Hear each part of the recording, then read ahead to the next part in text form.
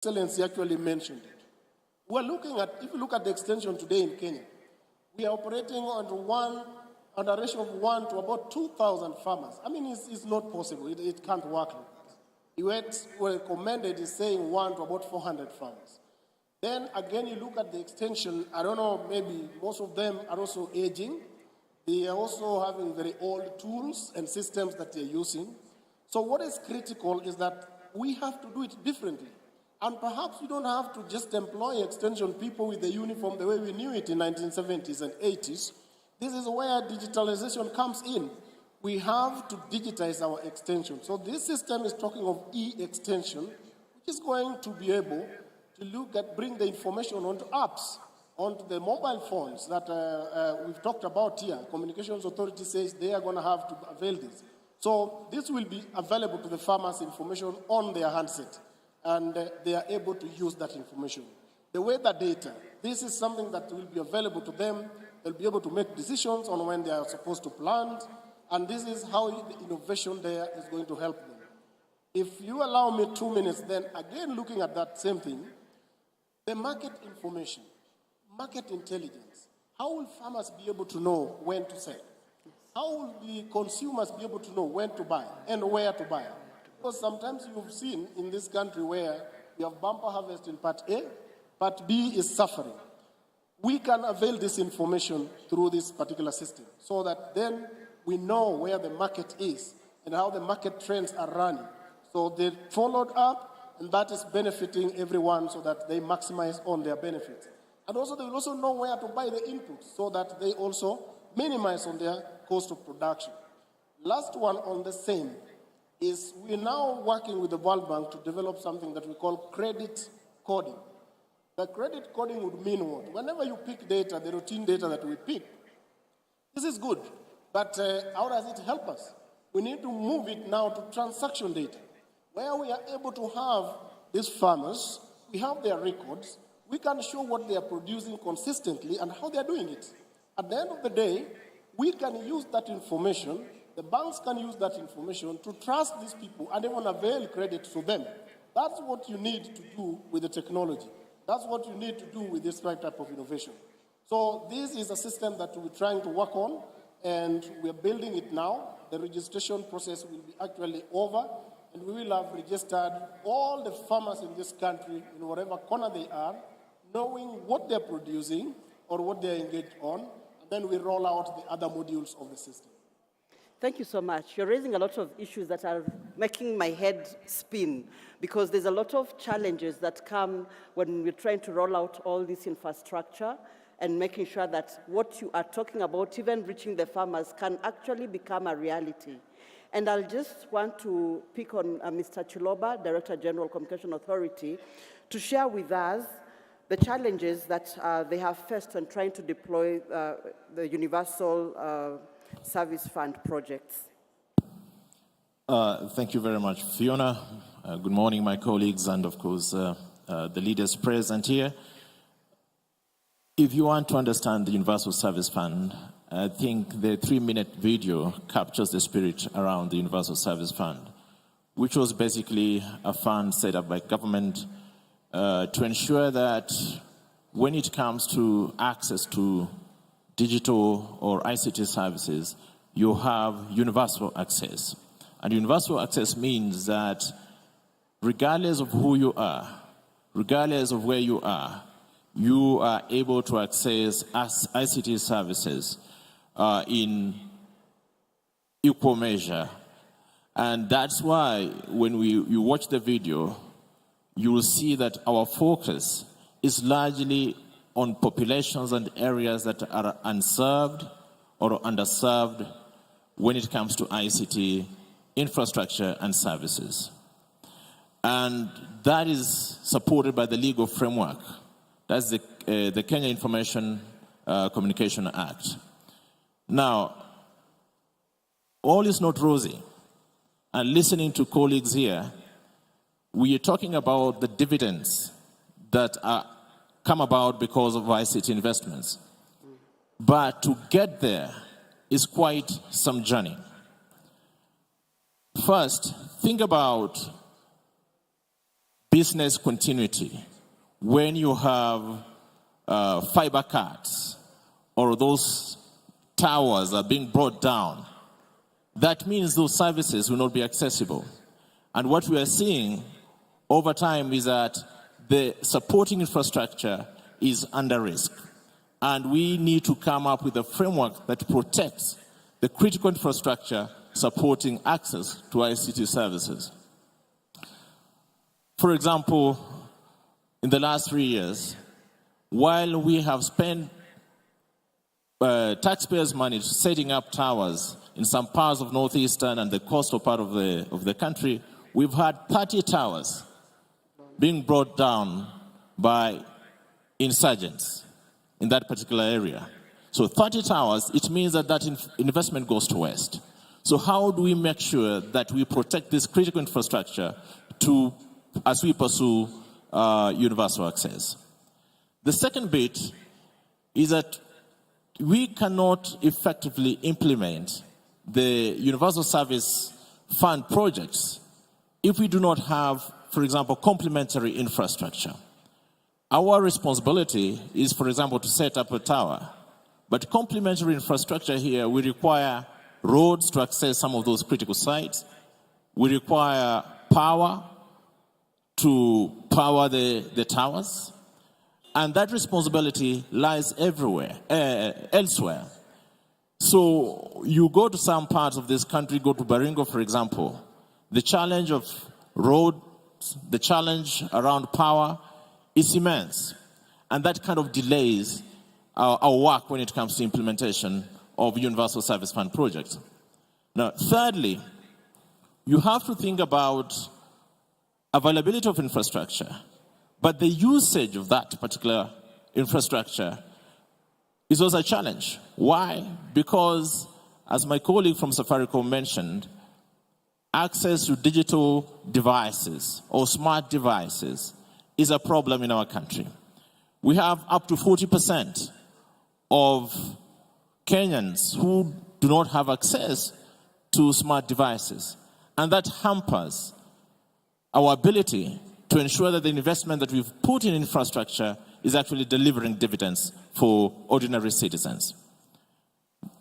The other bit, which may be relevant for this audience, is really the organization and coordination around the local leadership at the county level. Sometimes we tend to get mixed signals in terms of the leadership at the local level.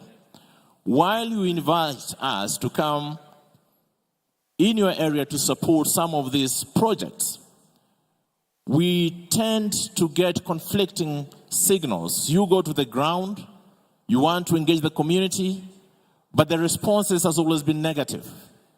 So the issue is, how do we coordinate better at the county level, looking at the office of the senator, the office of the members of parliament, the MCAs and the governor, working together as a team to be able to deliver value from the Universal Service Fund. So while there's opportunity to ensure that there is universal access through the Universal Service Fund, I think we need to do better to overcome the challenges that we are seeing emerging in this particular space. Protection of critical infrastructure, advancing digital access to smart devices, working better at the county level in terms of governance to really promote this particular investment. Thank you. Thank you so much. Now that you've raised that, I will quickly move to Senator Chisang. County governments have a critical role, as we can see, to ensure that county services are delivered. What measures is the Senate putting in place to promote and accelerate digitization of county governments across all the 47 counties? Thank you so much, Fiona. I think a lot has been said many good things has been said by my colleagues. The governor has said so many things. The CS has said a lot in terms of ICT. Chiloba has presented a very nice video here in front of us on the USF projects that are going on in this country. And the discussion is about, it revolves around connectivity. I think it's the most important factor here. And me speaking at the Senate is all these things, before all these things are implemented or done, I think there's supposed to be a policy or a legal framework to make sure that this procedure, this process goes smoothly. For anything in terms of healthcare, when we want to implement telemedicine, we should really encourage the county governments to do it so that there can be access to our access of telemedicine to most of our remote places in the county governments, and also at a very costly, low cost rates. All these things revolve around connectivity. When you talk about the digital skills training that the CES has talked about, and first I would want to laud the government for coming up with this program, which is a very, very important program, and for us digitizing the whole country, for us setting up 1,450 digital hubs that the President talked about yesterday. We need to work together as county governments to connect to each and every county government. And Fiona, I think we have been in this for a very long time.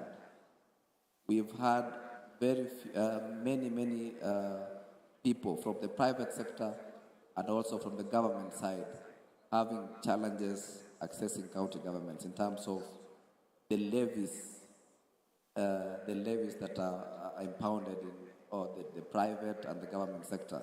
It has been a challenge we've had. I'll give you an example of Jamii Telcom had a very big project in Laikipia.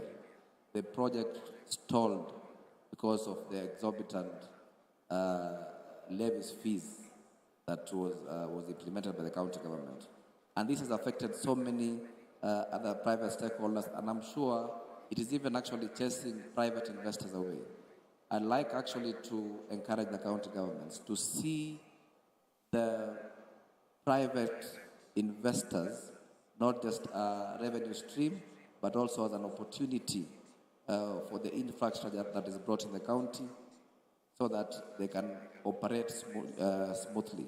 I call it double taxation because the same private companies that are here, that are trying to invest in county governments, are equally paying taxes to the national government, and again, there's other taxes that come with the county government. So let us take the private investors as partners so that we can make sure that this agenda of connectivity, of connecting the whole country is a success. So my committee is here to support and make sure that all the policy and legal frameworks are in place to make sure that the digitization and the Kenya Kwanza agenda is a success. Thank you very much. Thank you so much, because I was about to ask you whether we can hold you accountable for regulations and policies from the Senate, oversight on the counties to make sure this happens. Now, as we come to an end, I'm going to come back to Bwana CS. We've talked a lot about so many things. We've talked about digitization. We've talked about a lot of things that ICT can do for the counties, a lot of different activities, ongoing projects and programs. However, we also cannot ignore the fact that there are issues of safeguarding privacy and data security within this space that cannot be ignored. In as much as there is the individual responsibility, individuals, I believe, have a responsibility to make sure their data is secure. It is also important for us as an industry to just make sure that we are safeguarding privacy and we are facilitating innovation and economic development even as we move into this new dispensation. Your remarks. Thank you, Fiona. Indeed, from a policy and regulatory perspective, one of the integral components that is imperative is the issue of data security and data privacy. As we digitalize our services, we are aware that we run the risk of exposing ourselves to cyber insecurity. So in a proactive manner, we have gone ahead to establish and operationalize the Office of the Data Commissioner, Data Protection Commissioner, whose sole mandate is to ensure data privacy and data security. At macro level, we have also come up with a multifaceted team entailing different facets of government who are continuously scanning the operational environment to discern the emerging trends in cyber insecurity and correspondingly coming up with proactive measures so that we have an elaborate risk mitigation framework around our digitalization agenda. So the assurance I want to give Kenyans is that as we digitalize, we have got an elaborate risk mitigation framework that would ensure that there is both privacy and security of data. But in the same vein, our digitalization agenda overall must be anchored on an enabling policy, legal, and regulatory framework. So in a participatory manner, as the ministry charged with the functional mandate for policy formulation and regulatory aspects, we are continuously, again, engaging integral stakeholders in the digital space so that based on emerging issues in the operational environment, we can see where there is need to review the existing policies, laws, and regulations so that the digitalization agenda is anchored on a sound policy, legal, and regulatory framework. Perhaps I may also add one more thing, that the entire facet of digitalization we are undertaking as government requires high levels of collaboration and partnership. In fact, all that we are undertaking as government in the digitalization agenda is heavily augmented by the private sector. An example which I had alluded to earlier is the rollout of the free smart enabled phones, where the telecommunication companies are coming in by intervening in the gap that is envisaged in the market. So public-private partnership is a critical success factor for purposes of our digitalization agenda. As government, we can perhaps do a maximum of 52%, 48% to be done by the private sector. If we can do everything through the private sector and we only remain with the ambit of ensuring that there's an enabling policy and regulatory framework, so be it. Thank you so much. Thank you, audience, for being with us. Thank you, panelists, for the wonderful discussion we've had. We come to the end of our session. In the interest of time, we may not take questions right now unless I'm told I can take one burning question. 1, 2, 3, no mic, no hand. Okay, there's a hand that went up. I said one burning question. So kindly, you'll have the mic. Do you have a roving mic?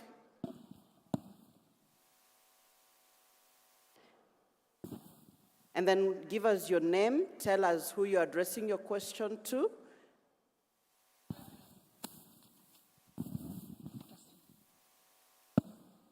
Thank you all. My name is Lerin Kitema.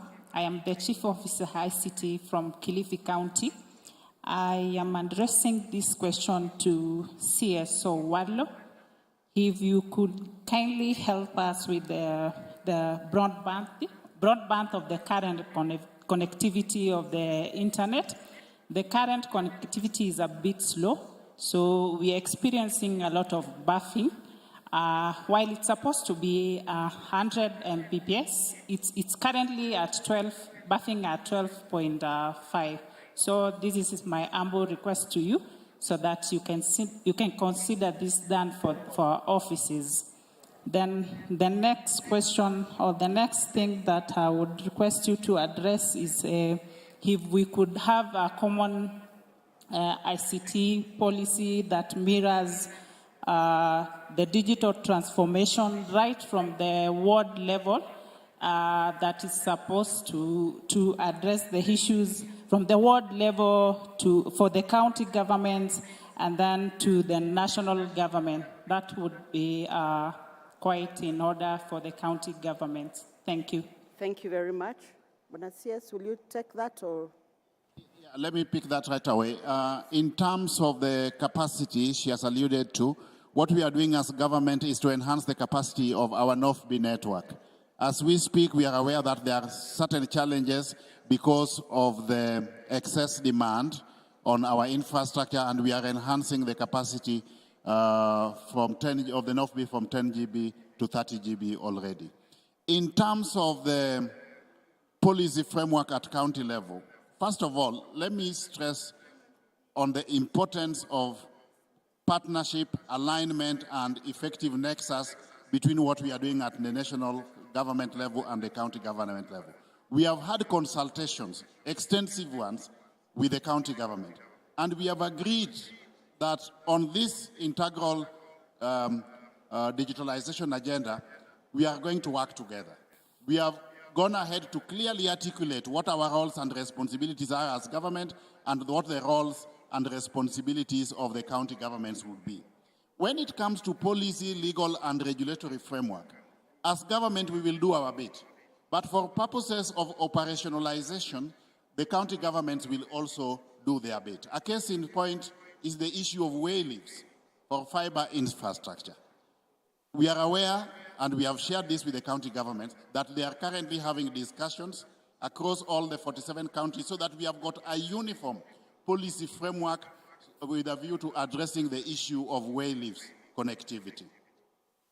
So, at macro level again, we are in the process of introducing sector-wide reforms.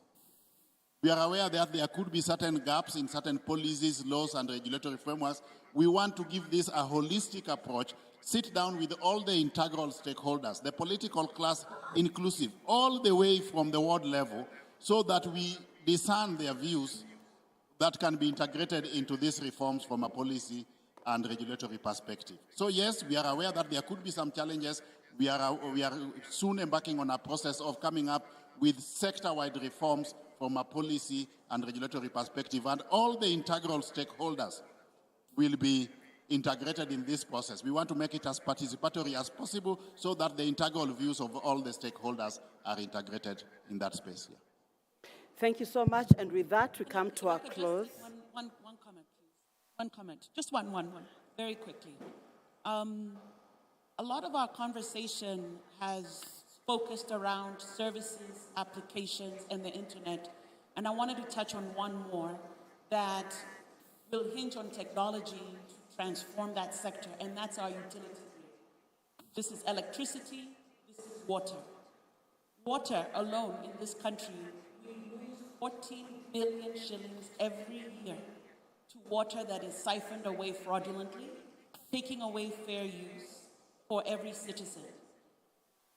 If you have an opportunity to visit in our host county here in Eldoret, in Eldowas, and you look at the role technology is playing to allow water to be a fair and equitably distributed resource, natural resource for everyone, please do so. Because that type of wastage and that type of fraud is what technology can also help enable.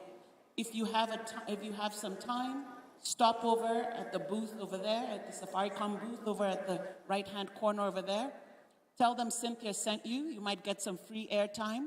But even more importantly, it's to understand how the transformation of water and electricity, digital meters in the home, in the business, where water is distributed or electricity is distributed, and where it's produced, and having transparency in that process, and the change and transformation, it can help our country in its economic growth agenda. Thank you. Thank you, Cynthia, for that. Mr. CS, yes, I'll allow you. Yeah, maybe let me just outline what, in our view as national government, are immense opportunities available to the counties in this digitalization space.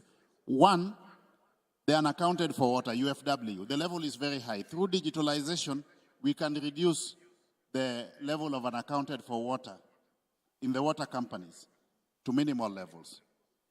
Enhancement of the revenue base. There are quite a lot of opportunities, business activities being undertaken which are not in the tax bracket. the counties can leverage on technology to bring everybody into the into the tax bracket as a means of enhancing the locally generated revenues and perhaps pursuing alternative revenue lines. E-commerce is imperative, and this is one area where we are partnering with the counties. The counties are giving us suitable sites, market sites. We are providing internet connectivity so that those domiciled at the bottom of the economic pyramid can leverage on technology for purposes of e-commerce. Trade licenses, ticketing, again, that can be done through technology. Issues to do with public participation, as is screened in our 2010 constitutional dispensation. We don't need to continue having physical barazas to sensitize members of the public about critical programs at both levels of government. We can leverage on technology to do e-public participation and even communication. But finally also, allow me to talk about the digital endgame. What do we envisage as the end product? One, we are going to have paperless government at both levels of government. We will no longer have manual processes because all records will be digitized and all services will be digitalized. So that is the frontier we are pursuing. Two, we will have a critical mass of jobs, digital jobs available for our youth as a means of alleviating the unemployment problem that we are currently witnessing, not just in Kenya, but all over the world. So digital jobs is another end product. Three, a gig economy. Kenyans will be able to undertake different economic engagements at the same time, working for one organization in the morning, another one in the afternoon, and doing their own thing in the evening. Four, digital entrepreneurship. There's a critical mass of opportunities, especially for the youth who are engaged in the creative economy that can be exploited by virtue of leveraging on technology. That is another end product. At macro level, overall, we will be able to enhance the level of efficiency and effectiveness in service delivery at both levels of government. We will be able to collect more revenue while leveraging on technology to the extent that we should have adequate resources, Professor Njuguna will tell you this, to settle our external debt and have surplus for both our domestic development and recurrent expenditure. Thank you very much. Thank you so much, Mbona CS, for summarizing what I was going to say as a closing remark. And so with that, I believe we've come to the end of the session. I know that there are a lot of you who have a lot of questions. I will also be available to try and assist. Fiona Songa, CEO of the Technology Service Providers Association of Kenya. So then we would like to just ask you to applaud the panelists for the conversation we've had. And we can meet off here to answer your other questions and see how we can assist. Asanteni.